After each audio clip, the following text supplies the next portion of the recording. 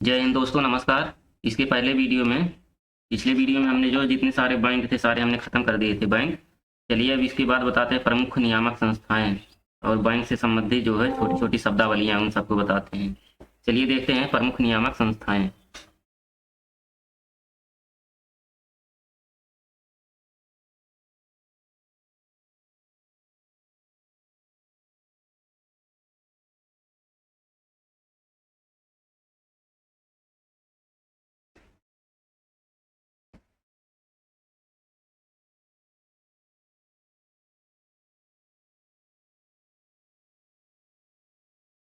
इसमें देखिए एक इरडा है और एक सेबी है।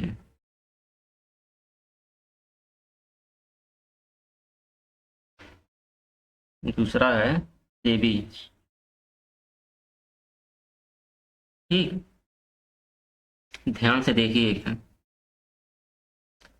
इसकी स्थापना कब हुई, मतलब ये क्षेत्र मतलब इरडा जो है बीमा कंपनियां हैं। कौन सी हैं? बीमा।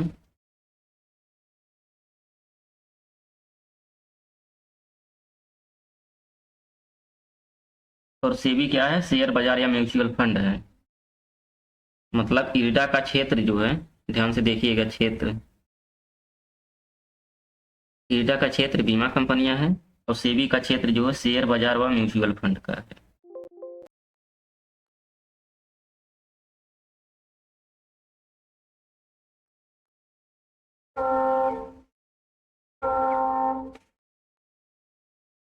ठीक, शेयर बाजार व म्यूचुअल फंड का है। अब स्थापना देख लीजिए, क्षेत्र हो गया। अब स्थापना स्थापना देख लीजिए। इरडा की स्थापना जो है 1999 में हुई और सेबी की स्थापना जो है 12 अप्रैल 1988 को।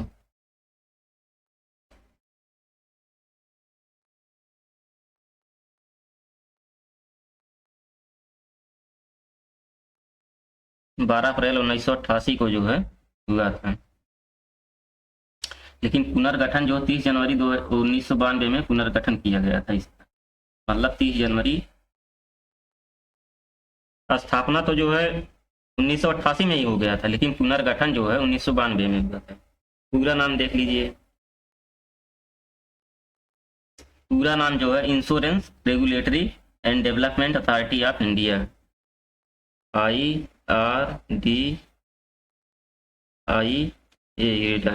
Insurance regulatory and development authority of India. ठीक, ये हो गया।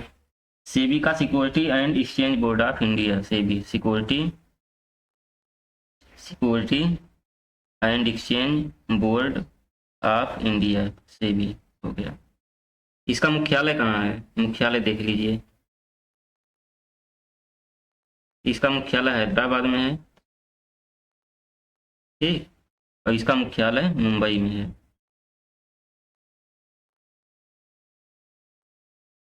पूछ सकता है यदि इरडा जो कंपनियां हैं, कैसी कंपनी? बीमा कंपनी। सेबी शेयर बाजार म्यूचुअल फंड संस्था है। इसकी स्थापना 1999 में हुआ था।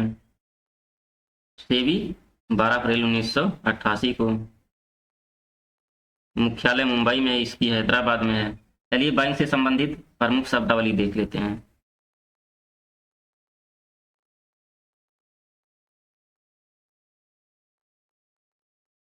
बैंक से संबंधित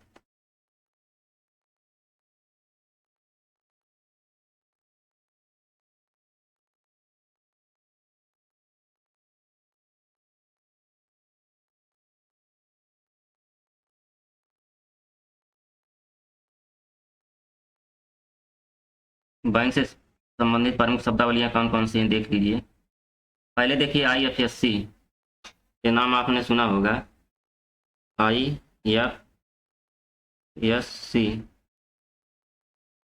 आपके पासबुक पर लिखा रहता है। इसका फुल फॉर्म जान रहे हैं? Indian financial system code. आपका अगर किसी बैंक में खाता होगा तो आपके पासबुक पर लिखा होगा। देख लीजिए, Indian financial financial system code, system code, Indian financial system code. ठीक, इसका फुल फॉर्म हो गया, पूछ लेता है एग्जाम में। और दूसरा पॉइंट है आरबीआई द्वारा दिया गया बैंक ब्रांच कोड, आईएफसी होता है। आरबीआई द्वारा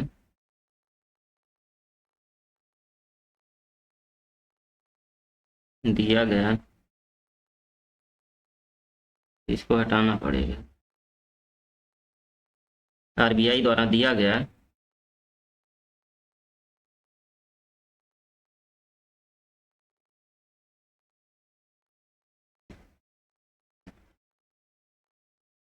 bank branch code.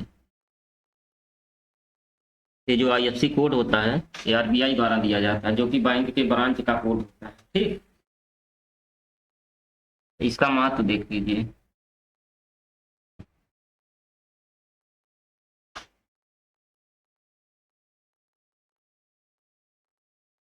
IFC code जो होता है उसका महत्व क्या है?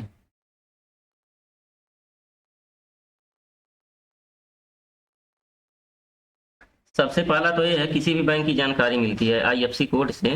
जो आईएफसी कोड होता है उसी से किसी भी बैंक की जानकारी मिलती है।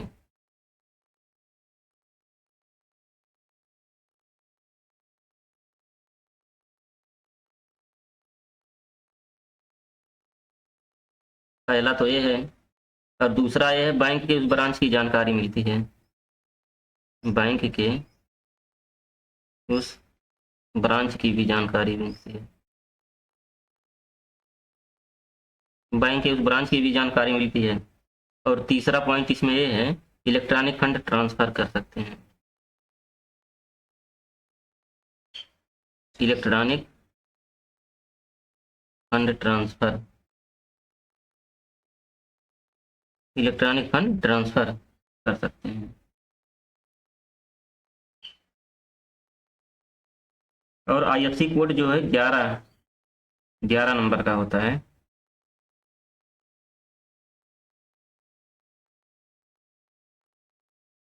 इसमें जो 11 नंबर होते हैं, इसका जैसे एग्जांपल के तौर पर देख लीजिए। जैसे कोई बैंक है, उसका SBIN, ये जो है बैंक कोड हो गया। ठीक, ये जो है बैंक कोड हो गया। ये जो पहले 4 अंक का ये जो बैंक कोड है, इससे क्या जानकारी मिलती है? बैंक के कोड की जानकारी देता है। ठीक, और ये जो 0 डिजिट है, ये जो हमेशा देखने को मिलेगा, ये जो है 0 बीच में हमेशा देखने को मिलेगा। उसके बाद आखिरी में जो 4 अंक होता है,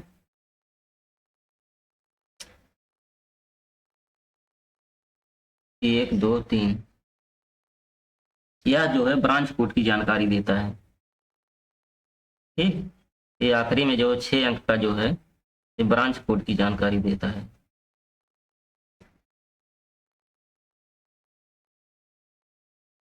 आपका जो अकाउंट है उसमें जो आईएफसी कोड जो है लिखा है, उसमें जो आखिरी का जो 6 अंक होगा, जो आखिरी का 6 अंक होगा, वो आपका खाता किस ब्रांच में है वो जानकारी देता है, ये ब्रांच कोड की जानकारी देता है। और 0 ये हमेशा देखने को मिलेगा बीच में। उसके बाद जो शुरू में है, शुरू में जो 4 नंबर है, शुरू में जो 4 नंबर है वो बैंक कोड की जानकारी देता है, कि जो है बैंक की जानकारी है, किस बैंक में खाता है आपका। ठीक, ये तो आईएफसी हो गया है। चलिए अब इसके बाद बताते हैं MIRC।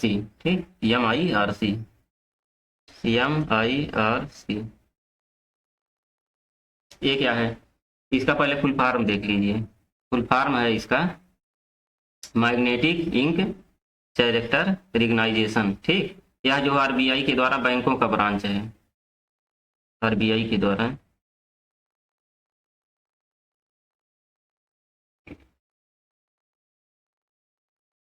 बैंकों का ब्रांच है।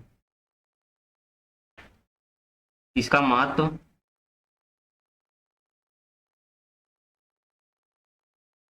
चेक को क्लियरेंस करता है।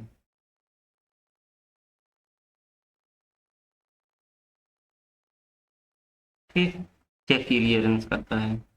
9 अंकों वाला कोड होता है इसमें, 9 अंकों वाला कोड होता है। ठीक, इसमें शुरू का जो है 112 नंबर, जैसे एग्जाम्पल के तौर पर बता देते हैं, शुरू पे जो 112 नंबर होते हैं वो जो है सिटी कोड की जानकारी देते हैं। ठीक, सिटी कोड होता है जो शुरू का जो है 3 अंक होता है, और बीच का जो है जो 3 अंक होता है 213 मान लीजिए है, 213 जो है ये बैंक कोड की जानकारी देता है, ये बैंक कोड की जानकारी देता है। और लास्ट का जो 3 अंक या ब्रांच कोड की जानकारी देता है, आपका खाता किस ब्रांच में है।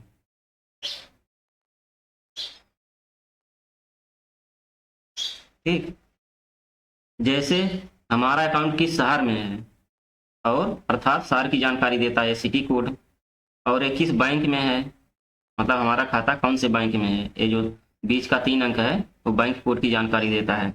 उसके बाद जो है 513 मतलब जो आखिरी का 3 अंक है ये आपका खाता किस ब्रांच में है, बैंक के किस ब्रांच में है, वो ब्रांच कोड की जानकारी देता है। ठीक, ये तो आपका हो गया MIRC। ठीक, चलिए अब इसके बाद बताते हैं स्विफ्ट, कहते हैं देख लीजिए स्विफ्ट।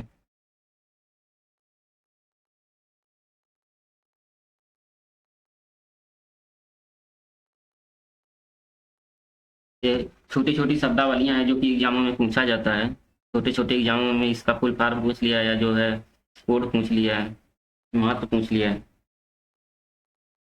ठीक, इसका फुल फॉर्म है society forward wise inter bank finance tele communication.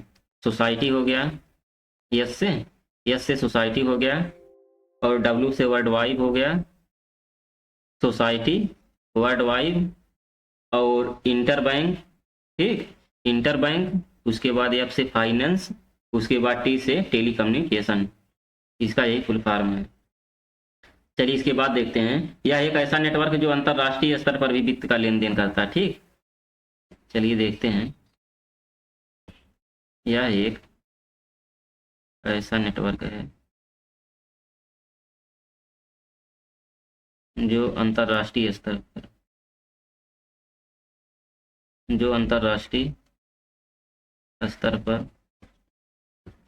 वित्त का लेन देन करता है, अंतरराष्ट्रीय स्तर पर वित्त का लेन देन करता है। इसकी स्थापना स्थापना 1973 को, स्थापना 1973 को हुआ था। इसका मुख्यालय कहाँ पे है, बेल्जियम में है।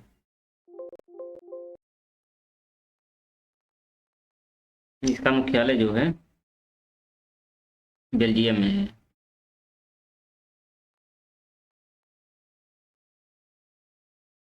इसे बैंक इंडिफिनर कोड भी कहते हैं, मतलब यह इसे स्विफ्ट को, यह 8 या 11 डिजिट का होता है। ठीक, 8 या 11,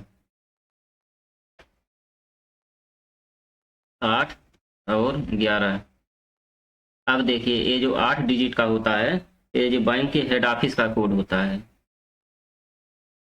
बैंक के हेड ऑफिस,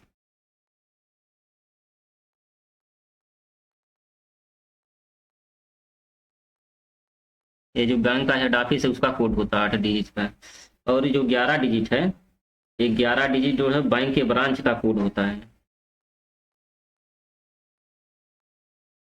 बैंक के ब्रांच का कोड होता है। ये जो 11 डिजिट है बैंक के ब्रांच का कोड होता है, 8 डिजिट जो है बैंक के हेड ऑफिस का कोड होता है। चलिए इसको एग्जाम्पल के तौर पर देखते हैं। SBIN, SBIN, यह जो हो गया बैंक कोड हो गया। ठीक, उसके बाद जो है IN, इसमें बीच में IN रहता है, ये जो है कंट्री का कोड हो गया, किस देश का है।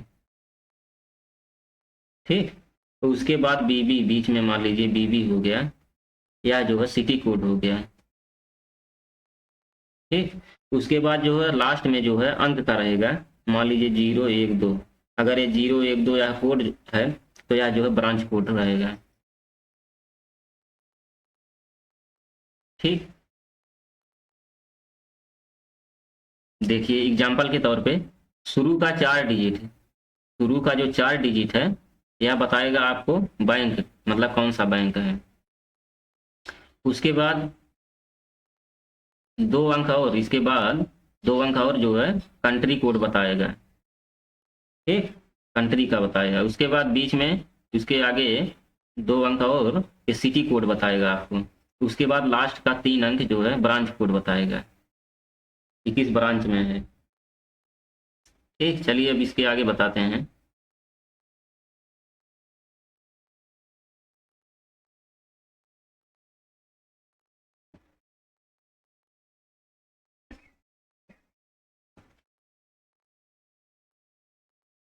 एटीएम, ठीक, एटीएम जो कि बहुत सारे लोग यूज करते होंगे, इसका नाम क्रेडिट कार्ड।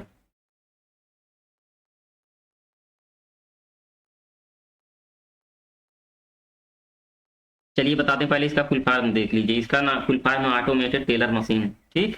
एटीएम का फुल फॉर्म जो है ऑटोमेटेड टेलर मशीन है, या टेली कम्युनिकेशन मंत्र, जिसके द्वारा जो वित्तीय लेन देन संभव है, इसके द्वारा, इसके द्वारा वित्तीय लेन देन संभव है।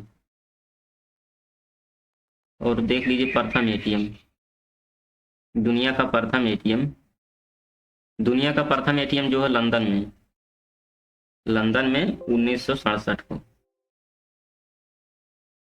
बना। और भारत में, जब लंदन में बन गया तो भारत में ज़्यादा दिन थोड़ी लगेगा। 1987 में जो है PHSBC बैंक ने बनाया। भारत में किस जगह, मुंबई।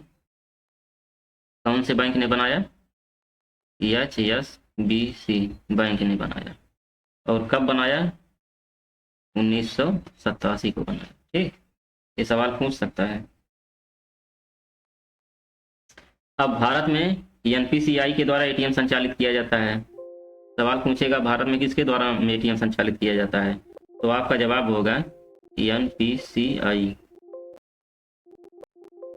के द्वारा एटीएम संचालित किया जाता है।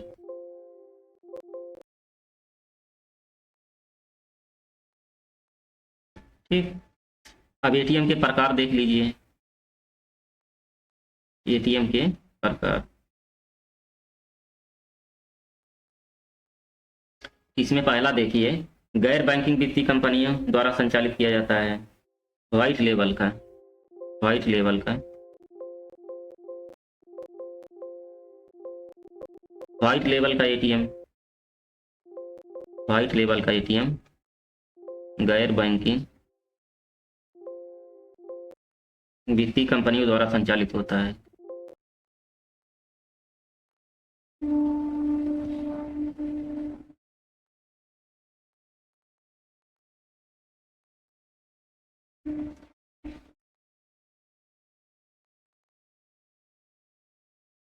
ठीक, और दूसरा देख लीजिए, ब्राउन लेवल का एटीएम,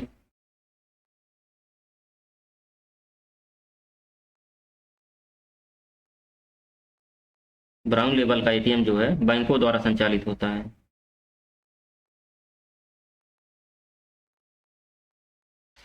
ध्यान से देखिएगा, अगर कोई भी बैंक एटीएम कार्ड प्रोवाइड कर रहा है तो समझिए वो ब्राउन लेवल का एटीएम कार्ड दे रहा है। और अगर कोई गैर बैंकिंग वित्तीय कंपनियों द्वारा अगर एटीएम का संचालन किया जा रहा है तो समझिए वो व्हाइट लेवल का एटीएम है, ठीक। तो इसमें जैसे एक जो है माइक्रो एटीएम होता है, एक पॉइंट ऑफ सेल होता है। माइक्रो एटीएम को आपने देखा होगा, माइक्रो एटीएम, और दूसरा है पॉइंट ऑफ सेल। ये जो माइक्रो एटीएम होता है, कार्ड स्वाइप मशीन होता है, जो 1000 तक नकदी भी आप कर सकते हैं। जो कार्ड खींच करके जो है, कार्ड स्वाइप मशीन होता है ना, आप देखे होंगे जो दुकानों पर जो है रहता है कि एटीएम कार्ड खींच करके जो है उसमें से जो बिल का भुगतान करते हैं, तो एक कार्ड स्वाइप मशीन होता है माइक्रो एटीएम। इससे आप जो है 1000 तक का जो है, 1000 रुपये तक का जो है नगद निकाल भी सकते हैं। लेकिन पॉइंट ऑफ सेल में जो ऐसा नहीं होता है, एक कार्ड स्वाइप मशीन होता है, इसमें केवल मात्र मात्र बिल भुगतान किया जाता है। मात्र बिल भुगतान किया जाता है, दुकानों पर यही रहता है। ठीक, पॉइंट ऑफ सेल, इससे जो आप पैसा नहीं निकाल सकते हैं कि जो है इससे पैसा भी निकाल लें, केवल जो इससे बिल का भुगतान कर सकते हैं पॉइंट ऑफ सेल से। चलिए इसके बाद देखते हैं आगे।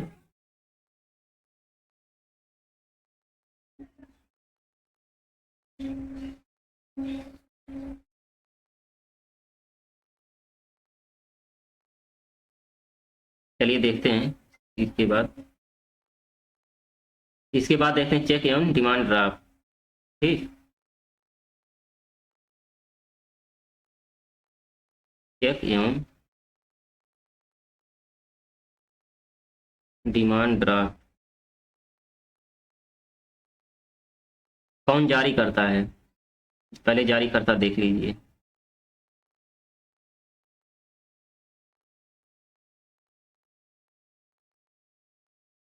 जारी करता देख लीजिए, इसकी वैधता देख लीजिए। ठीक, इसके मतलब बाउंस देख लीजिए, मतलब कौन बाउंस होता है। चेक हो गया, डीडी हो गया, डिमांड ड्राफ्ट। चेक को कौन जारी करता है, एक व्यक्ति देगा। चेक जो है व्यक्ति के द्वारा जारी किया जाता है, कोई भी व्यक्ति जो अपना सिग्नेचर करके जो है चेक दे देगा। लेकिन डीडी जो बैंक देता है। ठीक, डीडी बैंक देता है। चेक की वैधता 3 माह तक, 3 माह के अंदर जो है इसको आप नहीं यूज कर सकते हैं। 3 माह के बाद जो है इसको आप नहीं यूज कर सकते हैं। 3 माह के अंदर तक इसको जो है अपने अकाउंट में चेक क्लियरेंस करवा लीजिए। बैंक का ये जो डीडी होता है इसकी भी वैधता 3 माह होती है। 3 माह के बाद जो है किसी काम का नहीं। ये बाउंस होने का खतरा रहता है, बाउंस हो सकता है शायद, मतलब हो सकता है, उम्मीद है। लेकिन डीडी जो है कभी नहीं बाउंस होता। ठीक, ये तो चेक और डीडी हो गया है। चलिए अब इसके बाद देखते हैं केवाईसी, जो कि बहुत चर्चा में है इस समय। केवाईसी, केवाईसी करवा लो, केवाईसी करवा लो। इसका फुल फॉर्म है नो योर कस्टमर।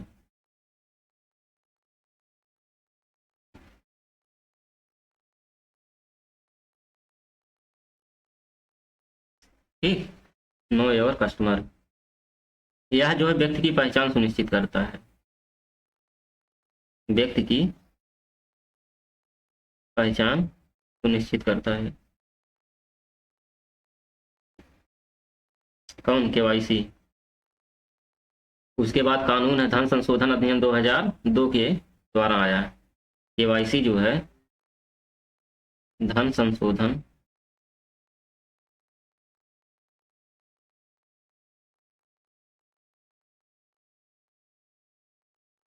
धन संशोधन अधिनियम 2002 के द्वारा आया है। ठीक, अगस्त माह का पहला कार्यकारी दिवस जो है केवाईसी दिवस होता है। अगस्त माह का पहला कार्यकारी दिवस जो है केवाईसी दिवस होता है। ये तो केवाईसी हो गया। ठीक, चलिए इसके बाद बताते हैं एनपीए, गैर निष्पादित परिसंपत्तियां।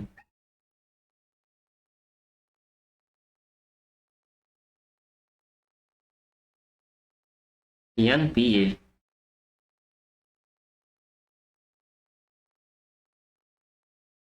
Non performing asset.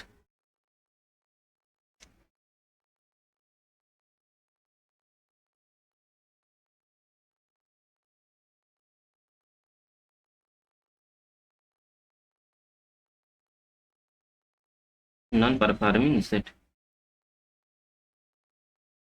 इसकी जो परिभाषा देख लीजिए।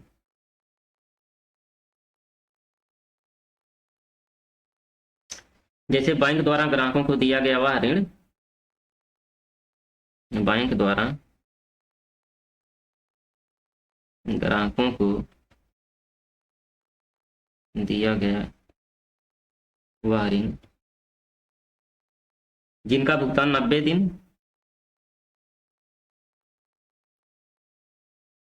जिनका भुगतान 90 दिन या उससे अधिक समय से नहीं किया जा रहा है।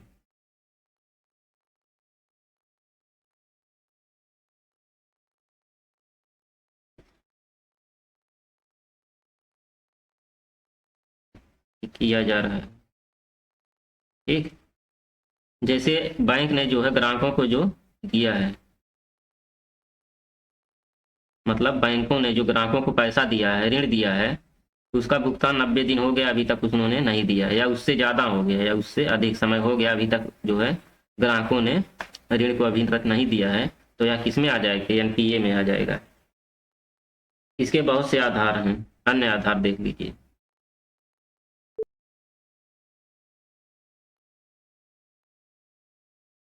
इसमें बहुत से आधार हैं, जैसे लघु अवधि ऋण। ठीक, पहला देख लीजिए, लघु अवधि ऋण। या कृषि फसल के लिए लघु अवधि ऋण, या कृषि फसल के लिए दिया जाता है। कृषि फसल के लिए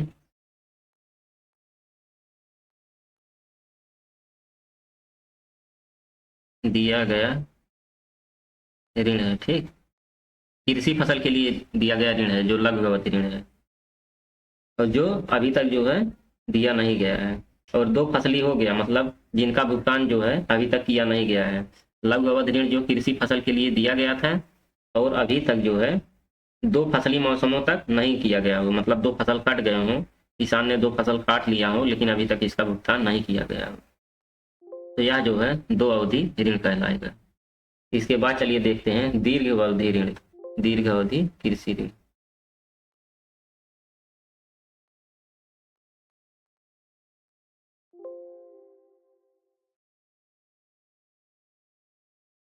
दीर्घ अवधि कृषि को मिटाना पड़ेगा।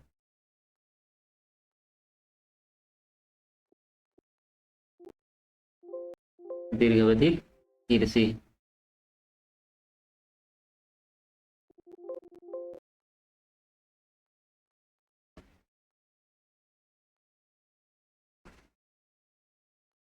मतलब फसल हेतु दिया गया ऋण जिसका भुगतान एक फसली मौसम तक नहीं किया गया हो। ठीक, फसल हेतु दिया गया ऋण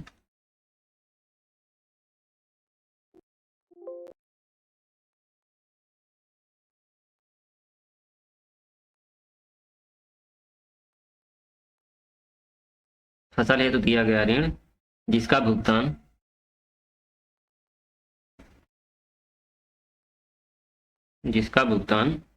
एक फसली मौसम तक नहीं किया गया हो।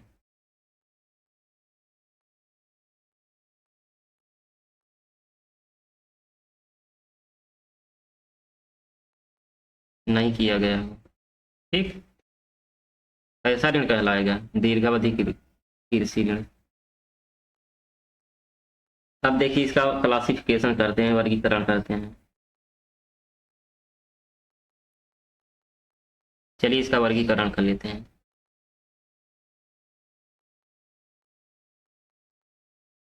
आरबीआई इसमें है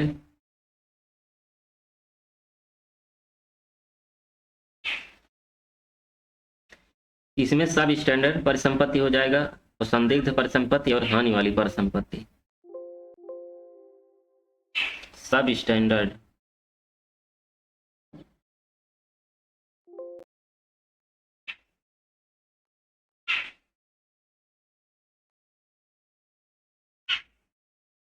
और दूसरा हो जाएगा संदिग्ध।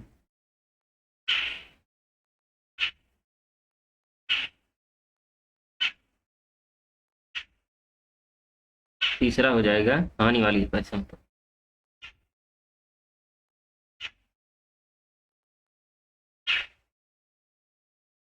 ठीक, सब स्टैंडर्ड परिसंपत्ति में जो है एनपीए घोषणा से 1 वर्ष या कम होता है।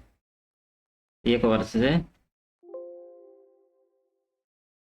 ठीक, और इसमें जो है संदिग्ध परिसंपत्ति में जो है एनपीए घोषणा 1 वर्ष से ज्यादा होता है।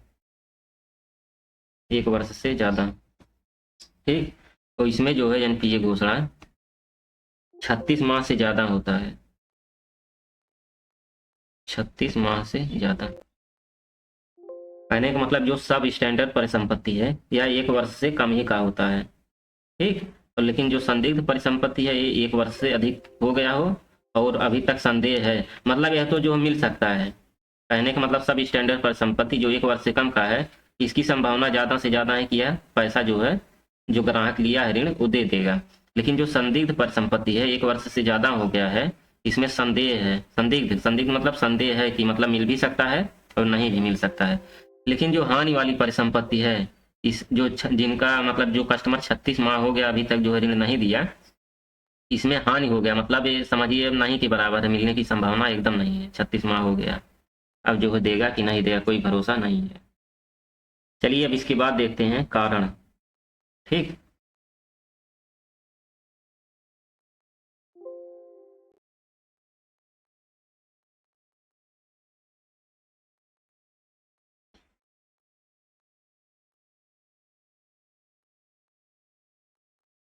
कारण को देख लेते हैं। कृषि क्षेत्र में अनिश्चितता है, मतलब वर्षा पर आधारित बड़ा क्षेत्र है। ठीक है, परंपरागत ही कृषि की जा रही है। इसका सबसे बड़ा कारण एनपीए का कारण, कारण का मतलब समझ रहे हैं, एनपीए मतलब लोग ऋण ले रहे हैं लेकिन दे नहीं रहे हैं। इसका सबसे बड़ा कारण क्या है? कृषि क्षेत्र में अनिश्चितता। कृषि क्षेत्र में अनिश्चितता,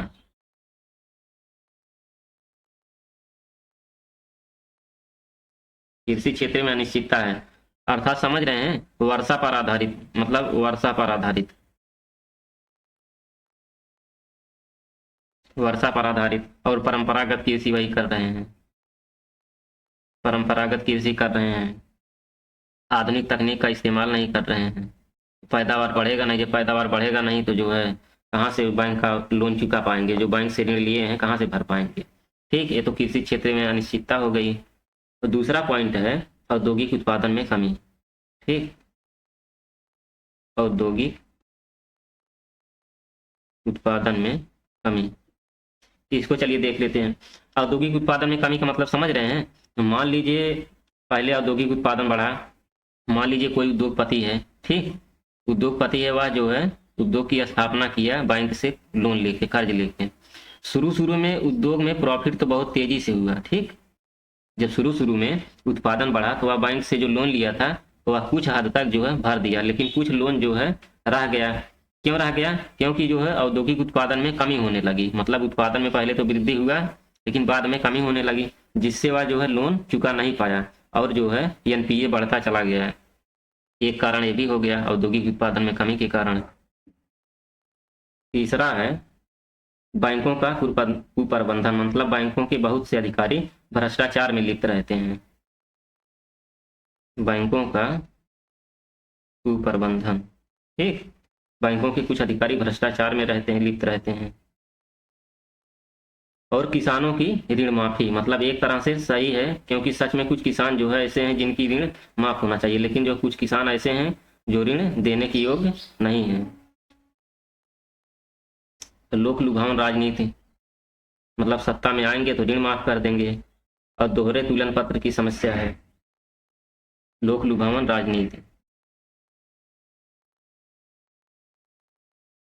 लोक लुभावन राजनीति मतलब हम सत्ता में आएंगे तो आप ये ऋण माफ कर देंगे, ये भी लोक लुभावन राजनीति है। वैश्विक मंदी भी है, किसानों की ऋण माफी है, या एक तरह से सही भी है और गलत भी है।